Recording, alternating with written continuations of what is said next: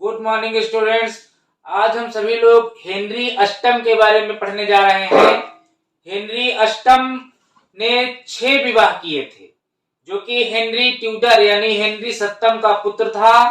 और जब वह 1509 में इंग्लैंड की गद्दी पर बैठा था तो उसे अपार धन संपदा सब कुछ वैभव विरासत में मिला था। तो आइए आज हम लोग उसकी होम पॉलिसी के बारे में बात करेंगे। हेनरी ट्यूडर हेनरी अष्टम जो है, इनकी गृह नीति के बारे में हम लोग बात करेंगे। हेनरी अष्टम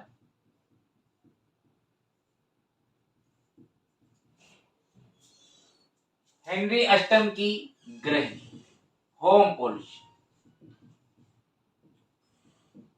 तो सबसे पहले हम लोग ये देखें कि जो हेनरी अष्टम था, हेनरी अष्टम जब गद्दी पर बैठा तो उस समय क्या कंडीशन थी, जरा वहां पे हम लोग चलते हैं। तो यहां पर हम देखते हैं कि जब हेनरी अष्टम गद्दी पर बैठा तो उसका एक भाई था आर्थर। आर्थर की पत्नी थी कैथरीन, यानी इसने कैथरीन से विवाह कर लिया था। कैथरीन जो थी इसकी भाभी थी, इससे इसने विवाह कर लिया था। दूसरी बात क्या थी कि जो पोप था, अब देखिए पोप कहां है, रह कहां रहा है। तो उस समय जो पोप था वो रोम में रहता था। जब मार्टिन लूथर रोम गया था, बड़ा ही उत्साहित था। तो जब वो रोम गया तो उसने देखा जब पोप को, तो उसने एक स्टेटमेंट जारी किया था कि ईसाई धर्म जितना रोम के निकट है उतना ही भ्रष्ट है। हालांकि जो पोप है उस समय रोम में रह रहा है।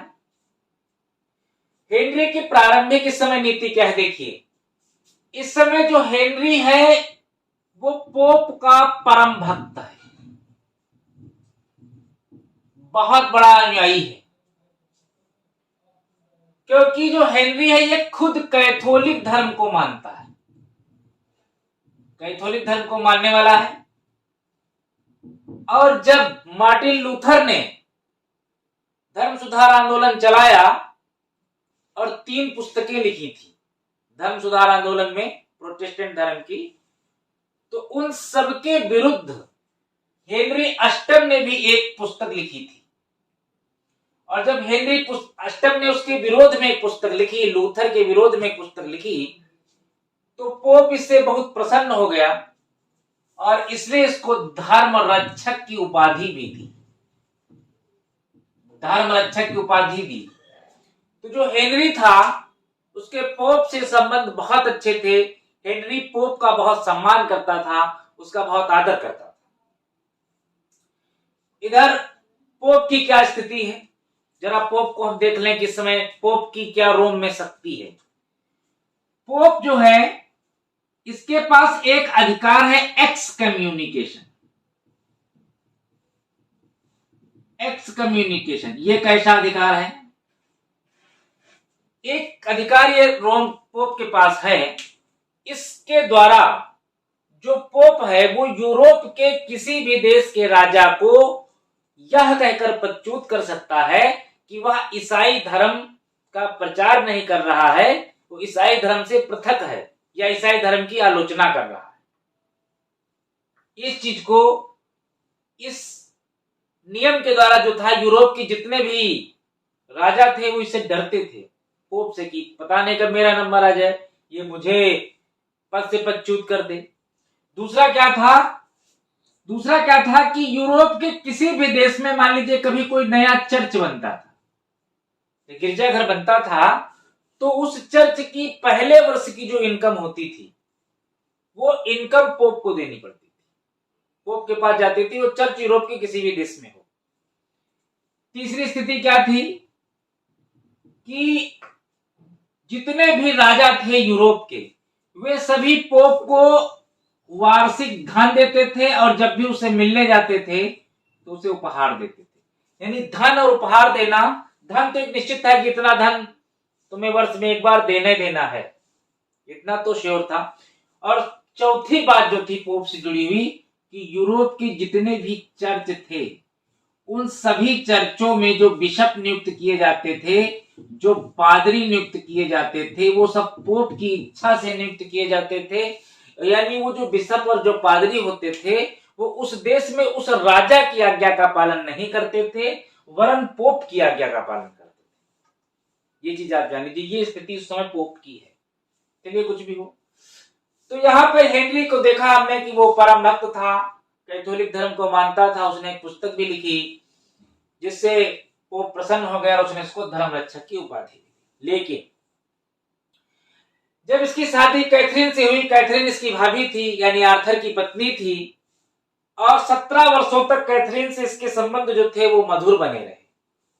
इसके बाद जब कैथरीन के बहुत सारे बच्चे हुए लेकिन उसमें कोई जीवित नहीं बचा, केवल एक पुत्री जीवित बची थी, और उसके बाद जो कैथरीन थी वो अस्वस्थ भी रहने लगी थी।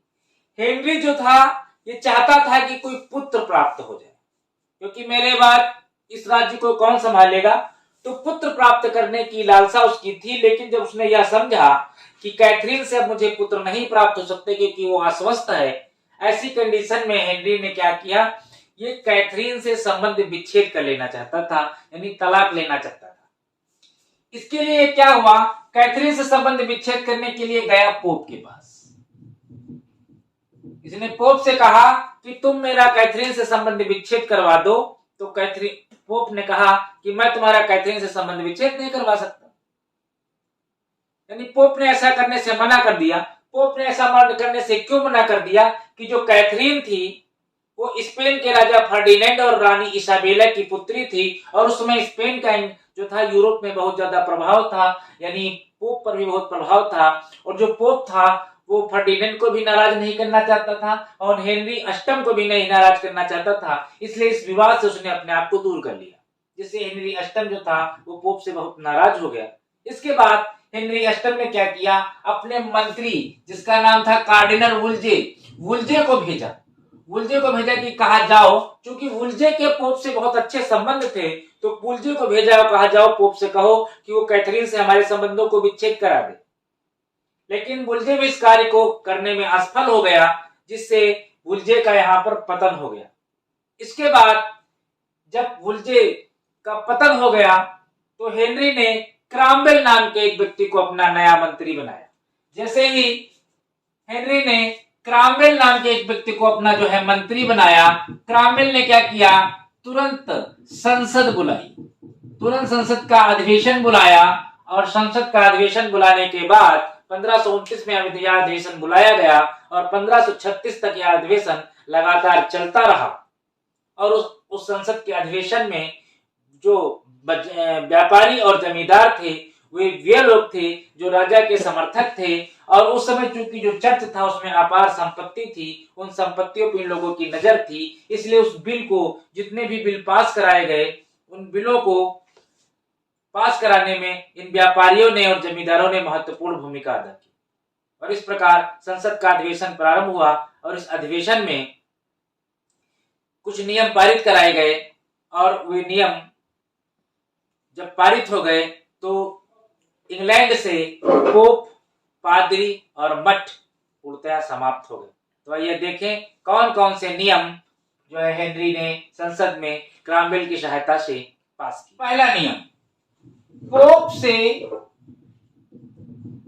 संबंध समाप्त करने संबंधी नियम। पोप ने चूंकि कैथरीन से उसका संबंध विच्छेद करने में कोई सहायता नहीं की, इससे हेनरी जो था वो पोप से बहुत नाराज हो गया था, और उसने सबसे पहला नियम पोप से संबंध समाप्त करने संबंधी नियम इसने पारित किए। तो देखिए कौन कौन से नियम पारित किए। सबसे पहला नियम था एनेट्स अधिनियम।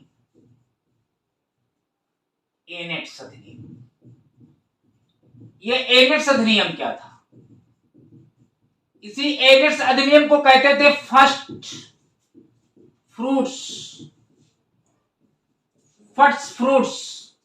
अर्थात कि एक नियम ऐसा था कि जब भी किसी देश में, यूरोप के किसी भी देश में कोई नया चर्च या गिरजाघर बनता था, तो उस चर्च की पहले वर्ष की जो इनकम थी वो रोम के पोप को जाती थी। इसी को कहते थे एनस अधिनियम, यानी फर्स्ट फ्रूट, पहली इनकम। जैसे ही हेनरी ने ये एक नियम पारित किया, एनस अधिनियम, इसके द्वारा उसने फर्स्ट फ्रूट्स अधिनियम पर प्रतिबंध लगा दिया। उसने कहा अब इंग्लैंड में कोई भी जो नया चर्च बनेगा उसका जो फर्स्ट फूड है, यानी जो प्रथम वर्ष की जो इनकम है, वो अब पोप के पास नहीं जाएगी, वो सीधे राजकोष में जमा होगी। इस प्रकार उसने फर्स्ट फूड द्वारा जाने वाले इनकम पर प्रतिबंध लगा दिया। दूसरा नियम उसने क्या पारित किया? दूसरा नियम उसने पारित किया पीटर स्पेंस अधिनियम। पीटर स्पेंस अधिनियम, इस अधिनियम में क्या होता था कि यूरोप के जितने भी देश थे वे क्या करते थे कि प्रत्येक वर्ष पोप को एक निश्चित मात्रा में धन देते थे और उसे उपहार देते थे। हेनरी ने एक नियम बनाया, पीटर स्पेंस अधिनियम। इस अधिनियम के द्वारा उसने जो एक वार्षिक इनकम निश्चित राजा की ओर से पोप को जाती थी उस पर प्रतिबंध लगा दिया और पोप को उपहार देने पर प्रतिबंध लगा दिया। कहा कि अब कोई भी धन पोप के पास नहीं दिया जाएगा, ना कोई इंग्लैंड की तरफ से पोप को जो है कोई उपहार दिया जाएगा। बहुत चिढ़ गया था ये पोप से। अगला देखिए, अगला नियम इसने अपील अधिनियम बनाया। अपील अधिनियम के अंतर्गत क्या होता था कि यूरोप के किसी भी देश में जब कोई वहां विवाद हो जाता था तो उस विवाद के खिलाफ पोप के पास अपील की जाती थी। हेनरी ने एक अधिनियम बनाया, अपील अधिनियम। इसके द्वारा इसने कहा कि अब कोई भी जो इंग्लैंड का जो आंतरिक मामला है, आंतरिक बातें हैं या कोई निजी बातें हैं, वो उनकी अपीलें अब चर्च के पास यानी पोप के पास नहीं होंगी। यानी इस अधिनियम के द्वारा उन्होंने अपील सुनने का जो अधिकार था पोप को, उसको प्रतिबंध लगा दिया। उसने कहा अपीलें वो अब सिर्फ इंग्लैंड में ही सुनी जाएंगी, कहीं दूसरी जगह नहीं सुनी जाएंगी। अगला नियम हेनरी ने पारित किया उत्तराधिकार नियम। होता क्या था कि जो पोप था वो क्या करता था कि किसी भी देश में जो वहां के राजा होते थे, उनके मरने के बाद उनके जो पुत्र होते थे उसमें से कौन उस देश का राजा बनेगा, पुत्र बनेगा राजा या पुत्री राजा बनेगी, छोटा पुत्र बनेगा या बड़ा पुत्र बनेगा या कौन सा पुत्र बनेगा, ये पोप तय करता था। इस नियम के द्वारा उसने क्या किया था, हेनरी ने क्या किया, इस नियम पर प्रतिबंध लगा दिया। बोला कि ये हमारा आंतरिक मामला है, इसमें पोप को दखल देने की जरूरत नहीं है। और इसीलिए उसने जो उसकी दूसरी पुत्री पत्नी थी एन बोलेन, जिससे हेनरी ने शादी की थी, उससे एलिजाबेथ का जन्म हुआ था और हेनरी ने एलिजाबेथ को इंग्लैंड का उत्तराधिकारी घोषित कर दिया था, जिसका आगे चलकर पोप ने विरोध किया था, क्योंकि कहीं ना कहीं जो पोप था वो एलिजाबेथ को राजा रानी नहीं बनाना चाहता था। तो इस नियम के द्वारा जो है हेनरी ने पोप के उत्तराधिकार के नियम को बंद कर दिया। उसने कहा यहां पर कौन राजा होगा कौन नहीं होगा ये हमारा निजी मामला है। अगला अधिकार था सुप्रीमेशी अधिकार। एक अगला अधिनियम जो है पारित किया हेनरी ने, सुप्रीमेशी अधिकार। पहले क्या होता था कि जो पोप था वो प्रत्येक देश का हेड माना जाता था, सुप्रीम माना जाता था, देश कोई भी हो, यानी वो इंग्लैंड का भी हेड था, सुप्रीम था।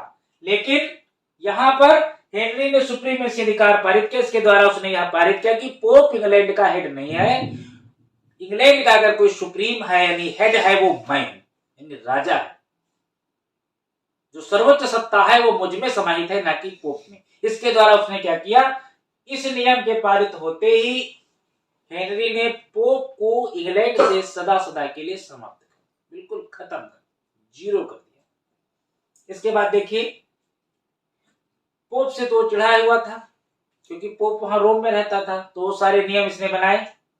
अगला नंबर भी लगाएगा पादरियों पे, क्योंकि इंग्लैंड में तो पोप रहता नहीं था। पोप के जो चेले थे बिशप और पादरी वो उन देशों में रहते थे और रहते उस देश में थे, खाते वो उस देश का थे, लेकिन वो उस देश के राजा की और मंत्री की बात नहीं मानते थे, वो बात मानते थे पोप की। तो देखिए अगला जो चाबुक है हेनरी अब पादरी पर चलाने जा रहा है, यानी अगला नियम जो पारित करेगा पादरियों से संबंधित नियम बनाएगा, पादरियों के सत्य पर अंकुश संबंधी नियम बनाएगा। तो देखिए क्या नियम बना रहा है, क्योंकि पोप के प्रभाव को उसने इंग्लैंड से पूर्णतः समाप्त कर दिया। अब वो पादरियों के सत्य पर अंकुश लगाना चाह रहा है, क्योंकि पादरी जो थे ये बेलगाम थे और ये राजा की नहीं सुनते थे, सिर्फ पोप की सुनते थे। इनका कहना था कि पोप ने मुझे नियुक्त किया है तो मैं पोप की सुनूंगा, आपकी नहीं सुनूंगा।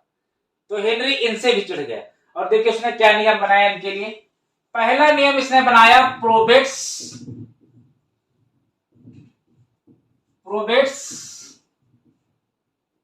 एवं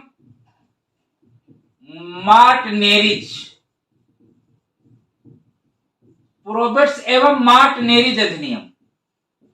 इस अधिनियम के द्वारा इसने क्या किया कि पहले क्या होता था कि जो पादरी होते थे, जो पादरी थे, वो किसी व्यक्ति की शादी होती थी तो शादी में भी खूब ढेर सारा पैसा लेते थे जब शादी कराने जाते थे, और जब उसकी मृत्यु हो जाती थी तो जब उसको कॉफिन में रखकर दफनाया जाता था तो उसमें भी बहुत सारा पैसा लेते थे। यहां पर हेनरी ने क्या किया, एक नियम पारित किया, प्रोबेट्स एवं मार्टिनेरिज अधिनियम। इसके द्वारा उसने कहा कि अब जो पादरी हैं, शादी में जो भी पैसा मिलेगा या मृत्यु में, तो उसकी धनराशि को हेनरी ने निश्चित कर दिया, यानी जो शुल्क है उसको निश्चित कर दिया। बोले इससे ज्यादा नहीं लोगे, लेकिन अगर इससे ज्यादा लोगे तो तुम दंड के भागी होगे। इस प्रकार क्या हुआ कि जो पादरी लोग वहां पर भ्रष्टाचार कर रहे थे उन पर अंकुश लगाया। दूसरा नियम क्या इसने पारित किया, दूसरा नियम था प्लूरेलिटीज अधिनियम। इस अधिनियम के द्वारा इसने क्या कहा कि एक पादरी, एक बिशप, एक गिरजाघर, एक नियम ये पारित किया इसने। एक बिशप एक गिरजाघर इसने पारित। यानी पहले क्या होता था कि एक बिशप एक से अधिक गिरजाघरों का स्वामी होता था, इसने कहा नहीं, एक बिशप मतलब एक गिरजाघर में वो रहेगा, एक बिशप कई गिरजाघरों में नहीं रहेगा। होता क्या था कि एक बिशप कई गिरजाघरों में हो रहता था तो उसके पास पैसा ज्यादा आता था, तो उसका जीवन बहुत ही विलासी था, वो भ्रष्ट हो चुके थे। तो एक बिशप को एक गिरजाघर में कर दिया जिससे उनकी इनकम कम होगी तो विलासी नहीं होंगे। इस नियम के द्वारा उसने जो है एक बिशप एक गिरजाघर लागू कर दिया, प्लूरेलिटीज अधिनियम। अगला देखिए उसने क्या नियम पारित किया पादरियों के खिलाफ। अगला था प्रेमुनायर अधिनियम। इस अधिनियम के पारित होते ही इसने कहा कि जो पादरी है वो पोप की बात मानते थे, वो राजा की बात नहीं मानते थे, इसलिए जितने भी पादरी हैं वो सभी देशद्रोही हैं, इसलिए देशद्रोही लोगों की देश में नहीं जरूरत है। और इस नियम के पारित होते उसने कहा कि अगर पादरी जो रहेगा अब वो हमारी बात मानेगा, यानी इंग्लैंड की सत्ता की बात मानेगा, ना कि पोप की बात मानेगा। इसके अलावा जो पादरी बचे हुए थे उसके लिए उसने 6 नियमों का अधिनियम पारित किया। 6 नियमों का अधिनियम इन पादरियों के लिए पारित किया स्पेशली। क्या क्या नियम था, 6 नियमों का जो अधिनियम पारित किया गया पादरियों के लिए, उसमें 6 बातें कही। क्या बातें कही, पहली बात कि पादरी के विवाह पर प्रतिबंध लगा दिया गया। मतलब अगर कोई पादरी है, अगर वो पादरी है तो विवाह नहीं करेगा, साधु है तो उसको विवाह करने की क्या जरूरत। दूसरा नियम उसने पारित किया कि अगर वो पादरी है तो वो ब्रह्मचर्य का जीवन जिएगा। और चाहे सही सी बात है कि अगर तुम मठ में हो तो तुम्हें ब्रह्मचर्य जीवन जीने होगा, सिंपल सी बात है। तीसरी बात इसने क्या लिखी, तीसरी बात इसने लिखी कि जो पादरी है वो व्यक्तिगत प्रार्थना स्वीकार करेंगे। अगर किसी व्यक्ति को कोई समस्या है, वो कुछ कह रहा है तो उसको स्वीकार करेंगे, व्यक्तिगत प्रार्थना स्वीकार करेंगे। चौथी बात इसने क्या लिखी कि अगर कभी पादरी से भी गलती हो जाए तो पादरी अपनी गलती व पाप की क्षमा स्वीकार करेंगे। पादरी है तो क्या हुआ, गलती करोगे तो क्षमा नहीं स्वीकार करोगे, अगर गलती की है तो उसे तुमको स्वीकार करना पड़ेगा। कॉमन सी बात है। अगली बात उसने क्या कही कि पादरी को कम्युनिकेशन की प्रथा प्रारंभ करनी होगी। मतलब जनता क्या कह रही है वो वहां पर आकर के वो आपको सुनना पड़ेगा। ये नहीं कि आप बैठे हैं, आपको वहां रखा क्यों गया है, क्या काम कर रहे हैं आप वहां पर। आप जनता से कम्युनिकेशन कीजिए, जो काम है वो आपको करना पड़ेगा। अगला नियम था एक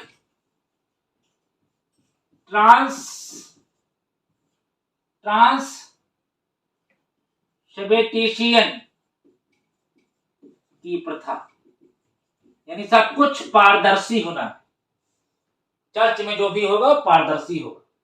तो इस प्रकार हेनरी ने पोप की शक्ति पर अंकुश लगाया और फिर पादरियों की शक्ति पर अंकुश लगाया। इस प्रकार ये जो पादरी बचे हुए थे ये बिल्कुल देशभक्त थे, राजभक्त थे, पोप भक्त नहीं थे।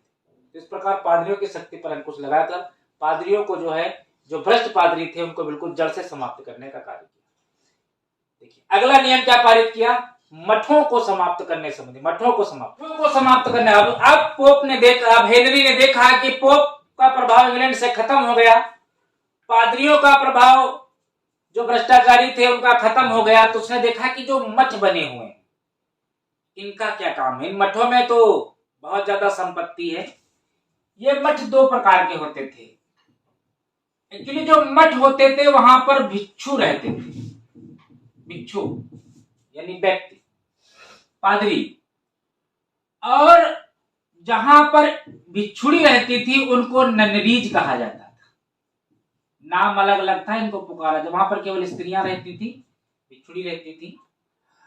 और चूंकि इन मठों के पास अपार पैसा था तो समय के साथ साथ ये जो मठ थे यहाँ पर, यानी जो भिक्षु रहते थे, ये विलासिता का जीवन जीने लगे थे। तो ये चीज हेनरी ने अनुभव की कि इसके अंदर भ्रष्टाचार व्याप्त है, ये लोग विलासिता का जीवन जी रहे हैं। तो इसलिए इसने क्या किया, एक नियम पारित किया सबसे पहले। उस नियम में क्या हुआ, उस नियम में कहा गया कि जिन मठों की वार्षिक इनकम 200 पाउंड से कम है उन मठों को समाप्त कर दिया जाए। इस प्रकार क्या हुआ कि पहले ही राउंड में 376 मठ समाप्त कर दिए। जब 376 मठ समाप्त किए गए तो इसके विरोध में वहां पर क्या हुआ, आंदोलन प्रारंभ हुआ। उस आंदोलन को हेनरी ने सफलतापूर्वक कुचलने में सफलता प्राप्त की। इसके बाद जब छोटे मठों को समाप्त कर दिया गया, उनकी संपत्ति को छीन लिया गया, तो फिर नए जो बड़े मठ थे उन पर ध्यान लगाया गया और एक एक करके सारे बड़े मठों को भी समाप्त कर दिया गया। तो देखिए क्यों समाप्त किया गया, इसका पहला कारण था कि मठों में भ्रष्टाचार था। मठों में जो था वो भ्रष्टाचार था। इसका कारण ये था कि इन मठों में जो थी अपार संपदा आ चुकी थी, क्योंकि हम लोगों ने पढ़ा कि मध्य युग में आते आते चर्च में अनेक बुराइयां व्याप्त हो गई थी। आडंबर, कर्मकांड और कुरीतियां व्याप्त हो गई थी। और इन मठों में जो लोग थे, जो पादरी थे, जो बिशप थे, वे क्षमा पत्रों को बेचते थे, स्वर्ग में टिकटों की बिक्री करते थे।